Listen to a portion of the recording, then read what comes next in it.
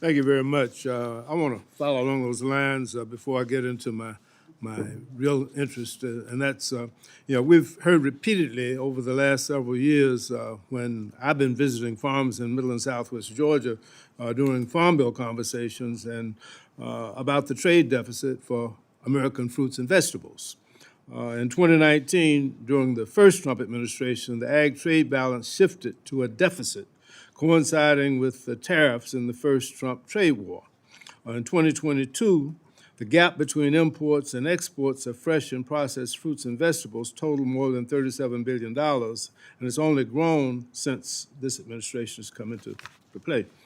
The U.S. International Trade Commission investigated the impact of seasonal imports to blueberries, cucumber, peppers, and squash. The grower losses for these commodities are close to $200 million a year from above average import growth into the U.S. I've introduced the Protecting Our Produce Bill to help American growers remain competitive in the face of unfairly priced crop imports. It's a pilot program that will provide payments to certain produce growers when the growers' revenue loss is due to seasonal import volumes. How can USDA and Congress work together to address the foreign dumping of cheap competitors' products? And would this bill be consistent with your America First interest in American producers? Sure, thank you, Ranking Member. I'm not going to comment specifically on that piece of legislation, but the general construct You can. That we want to produce more here in the United States, consume more of what we produce here in the United States, and export more as well is a net win for our farmers.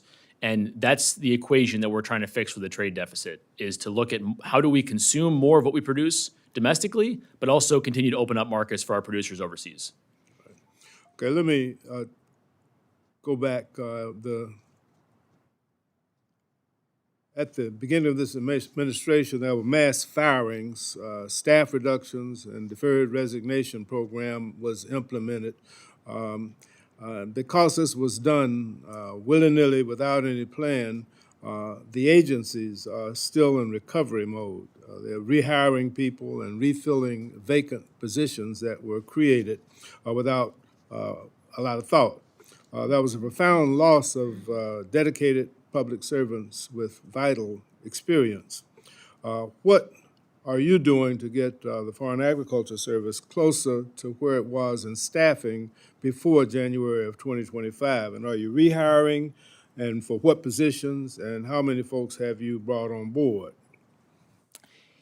Yeah, so our team has delivered an incredible set of results in 2025 and the beginning of 2026 and continues to perform quite well globally. We've put a lot of wins on the board, and I'm very proud of the teamwork that our Foreign Agricultural Service colleagues have done. So you did that with fewer employees? They have performed at an exceptional rate. Yes, sir. Okay. How specifically are you using the overseas post to support the new Food for Peace responsibilities? And can that equal the experienced personnel that USAID had on the ground? And are you hiring contractors to help with this? And if so, how many and how are you paying for them? Yeah, at this point in time, we're still working through exactly what the overall staffing structure will be for the Food for Peace program.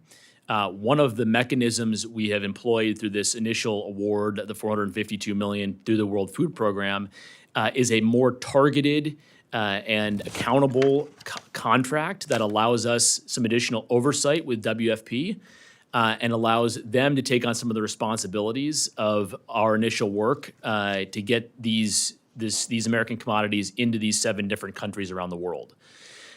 More broadly than that, as we look to get the additional funds out the door through upcoming NOFOs, Notice of Funding Opportunities, we'll continue to make sure that we're staffed appropriately to meet the demands of the program. You indicate that you've already announced the award for $452 million, and that's understandable. It'll take some time to develop a comprehensive plan for executing the program, but it's concerning that you don't have basic details about how you will be able to successfully run the program when you've already begun making decisions about it. Seems to me that you need to have in place how it's going to be implemented, who's going to do it before you actually make the award. We do have a team in place. Tell me about it. Yep. My Deputy Undersecretary, Michelle Beckering, is leading the team that is implementing Food for Peace at U.S. Department of Agriculture. But it's got to be, the products have to be delivered on the ground.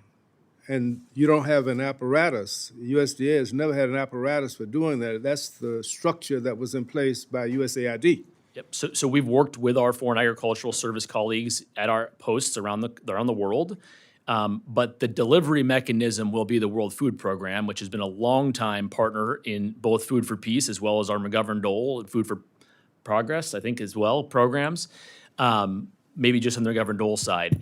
And so we have a long-standing working relationship with WFP and an agreement that allows us to have the accountability we need to make sure that the commodities get delivered in a timely and efficient manner.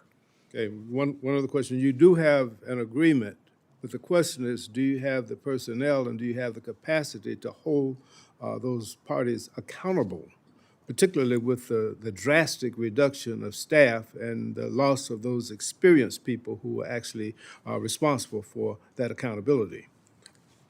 We do, yes.